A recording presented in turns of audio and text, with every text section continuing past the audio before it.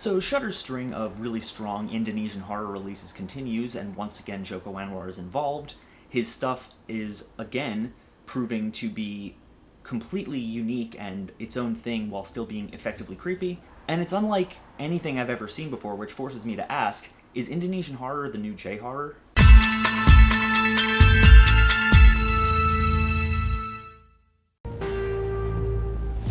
Dulu di sini ada seorang pengurus panti namanya Ibu Mira. Terus Ibu Mira dikurung di kamar ini. Ibu Mira gedor-gedor pintu ini. Gedor pintu pakai kepala sampai kepala pecah. The Queen of Black Magic is a new Shudder original written by Joko Anwar and directed by Kimo Stambuel.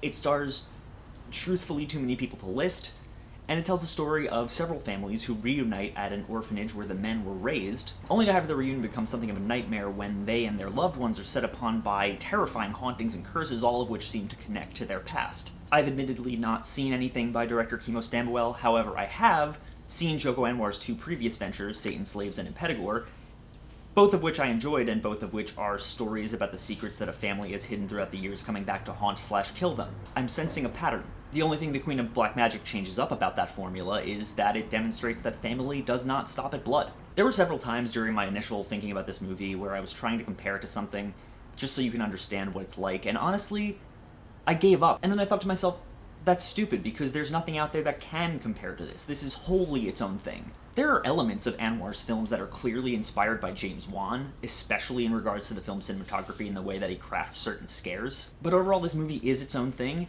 and it's a lot of things. Gory, gross, gooey, spooky, schlocky, insane. These are all words I can use to describe the Queen of Black Magic.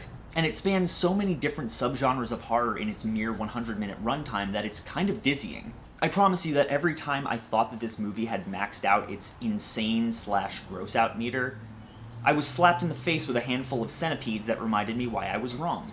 Eyeballs are popping out, people are cutting off chunks of their own flesh, bugs are crawling into multiple orifices and out others, and it really doesn't shy away from any of it. There are a couple times, especially in the third act, where it starts getting a little too close to towing the line of misery porn, but it ultimately avoids that by having a point in the end, along with several of its more over-the-top moments which strip any of the real serious, grave implications of what you're watching out of the movie. And that's where the fun part of this movie comes in. You can see where it's borrowing the more successful elements of horror movies that came before it. The nihilistic you're fucked from the get-go attitude of The Grudge, the slow, creeping bait-and-switch style cinematography that James Wan uses so well, but Stambuel's direction puts a unique flair on these things that can't really be matched by any of those one elements alone, and instead combines them to create an experience that's gross and shocking and scary and fun and schlocky all at the same time. The performances are all pretty fun from the main cast, and while it's clear that nobody is going for any awards here, I do want to pay special attention to Hannah Al-Rashid, who plays Nadia.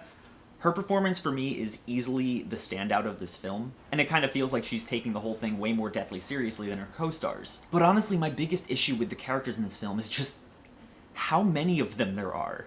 There are multiple families here, and combined between them, there's something like 15 to 20 characters in this movie, all separated into their own side plots for most of the runtime. Those side plots then converge in the already extremely bloated third act, and all these characters are in the same place, and I immediately found myself forgetting who was related to who, and who was who, what characters' names were, and who was even alive at this point, because honestly, there's no way some of them were surviving as injuries as grievous as they got. But I don't really care, truthfully, because you shouldn't be going into The Queen of Black Magic for brilliant characterization and a deep, moving story. You're going into this movie for spectacle, and let me tell you, it provides plenty of spectacle.